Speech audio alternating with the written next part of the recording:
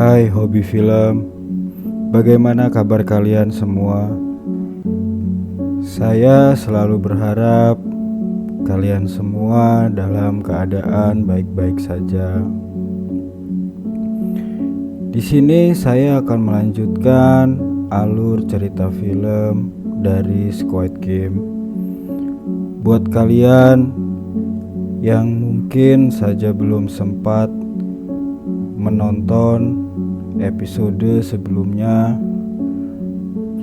silakan agar menyimak terlebih dahulu episode sebelumnya yang sudah saya taruh di kolom deskripsi. Saya mengingatkan, konten alur cerita film ini mengandung spoiler, jadi saya sarankan untuk kalian semua menonton terlebih dahulu filmnya di Netflix.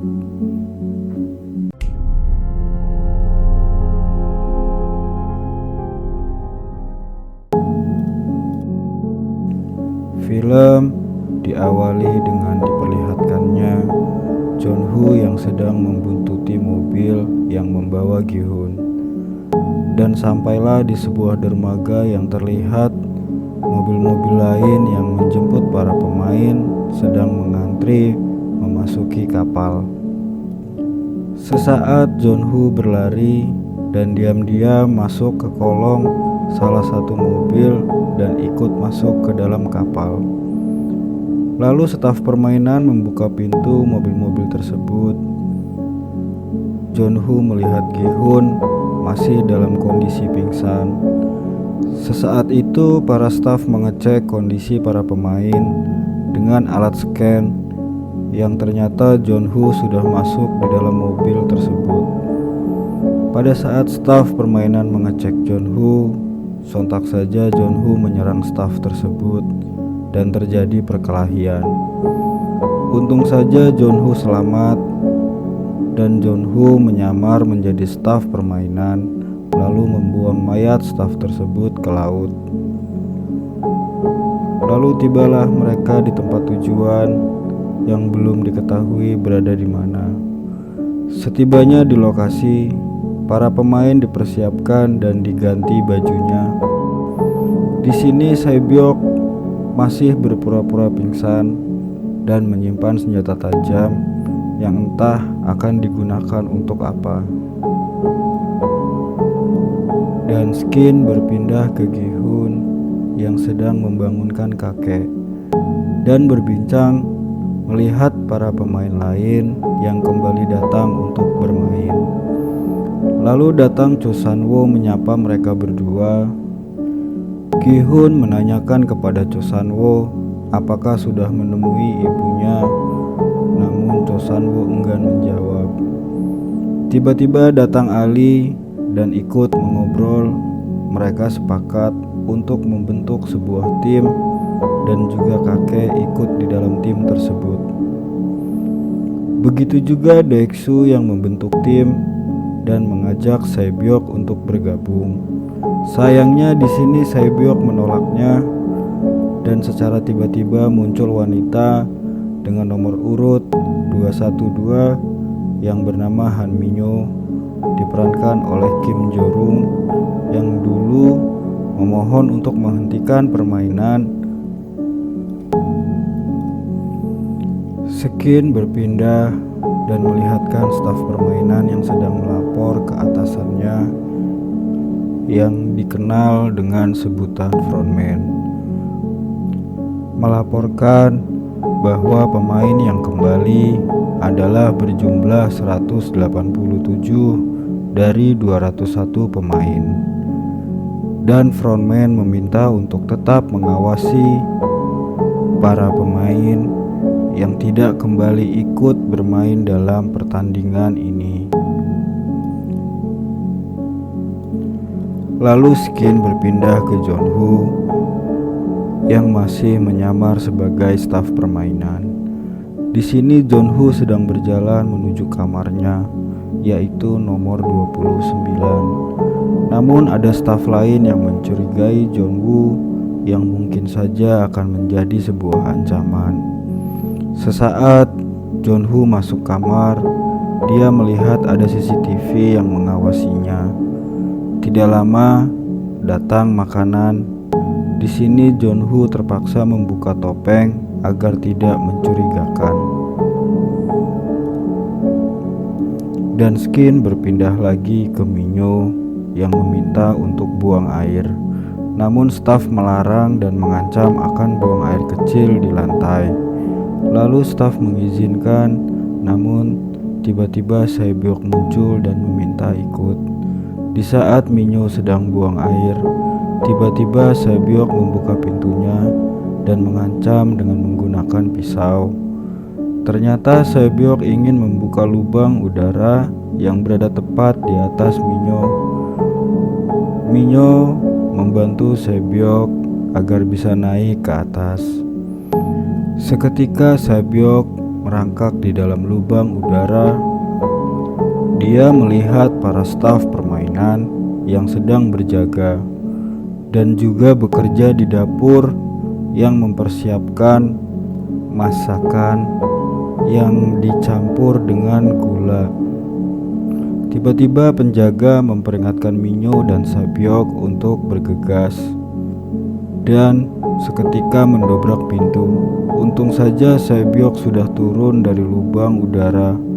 Sesaat Minyo dan Sae-byeok kembali, ternyata Cho San-woo mendengar percakapan mereka mengenai kejadian di kamar mandi. Skin berpindah ke Jonwoo yang sedang bersiap-siap untuk memulai penyamarannya sebagai staf permainan. Namun anehnya, staf nomor 28 masih saja mencurigai Jonwoo dengan menengok ke arah Jonwoo. Di sini seolah-olah nomor 28 dengan nomor 29 memiliki hubungan yang entah itu apa. Lalu mereka berjalan bersamaan. Tiba saat sarapan para pemain, Cho San-woo memperhatikan Sae-byeok seolah-olah penasaran apa yang didengarnya saat Sae-byeok dan Mio kembali dari kamar mandi semalam. Skin berpindah lagi ke sosok pria berkacamata bernomor urut 111 bernama Byung-ki, diperankan Yoo Seung-ju. Dia menemukan secari kertas di dalam makanannya. Di sini seolah-olah ada kecurangan yang dilakukan pemain dan staf permainan. Skin berpindah ke para staf yang sedang mempersiapkan permainan, dan para pemain dikumpulkan di suatu aula besar lengkap dengan permainan anak-anak di dalamnya. Saat berjalan menuju tempat permainan, Cho San-woo dan Sae-byeok berbincang tentang kejadian di kamar mandi. Dan Sae-byeok berkata bahwa staf sedang mencampurkan gula ke dalam masakan mereka. Di sini Cho San-woo mengingat masa kecilnya tentang permainan gulali yang dicetak dengan gambar seperti payung, segitiga, bintang, dan lingkaran. Saya jelaskan singkat tentang permainan kedua ini.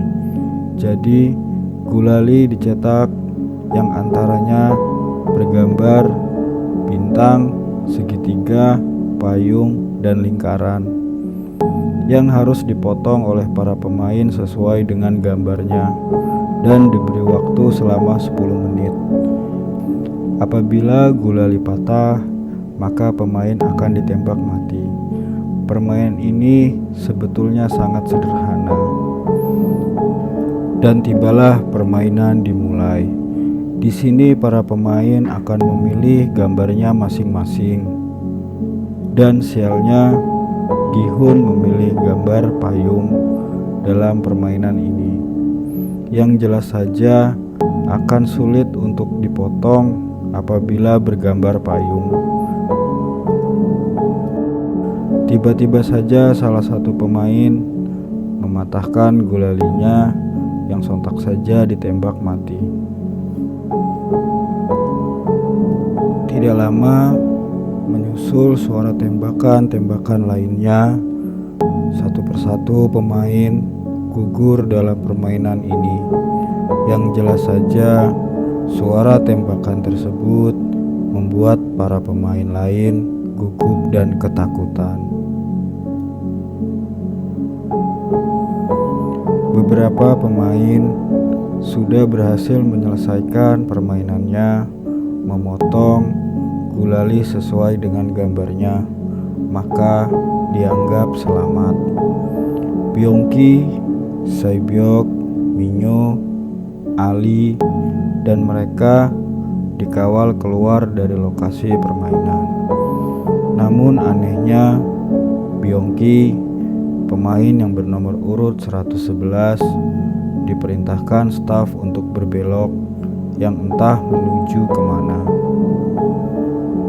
Sisa waktu permainan 3 menit lagi, dan Gi-hun belum juga menyelesaikan permainannya. Dengan gugup dan tekanan dari suara-suara tembakan, Gi-hun tanpa sengaja membasahi gulalinya dengan keringat yang ternyata membuat gulali tersebut meleleh. Lalu Gi-hun mencoba untuk menjilati gulalinya yang dilihat oleh para pemain lain, yang akhirnya para pemain lain mengikuti cara Gi-hun dengan menjilati gulalinya agar lebih mudah dipotong. Dan ternyata Gi-hun berhasil dengan cara tersebut. Begitupun para pemain yang mengikuti cara Gi-hun dengan menjilati gulalinya. Dikawallah mereka keluar dari lapangan permainan. Tiba-tiba ada pemain yang hampir sempurna memotong gulalinya, namun patah. Seketika staf akan menembaknya. Dengan keberanian pemain itu melawan staf dan merebut senjatanya, dan mengancam untuk membuka topeng dari staf permainan. Lalu dibukalah topengnya. Ternyata usia staf tersebut masih sangatlah muda. Tiba-tiba pemain itu bunuh diri dengan menembak kepalanya. Dan muncul frontman yang dikawal para staf yang tiba-tiba menembak kepala staf muda yang telah membuka topeng tersebut. Itu adalah konsekuensi apabila melepaskan topeng, yang artinya membuka identitas, dan hukuman dari itu adalah kematian.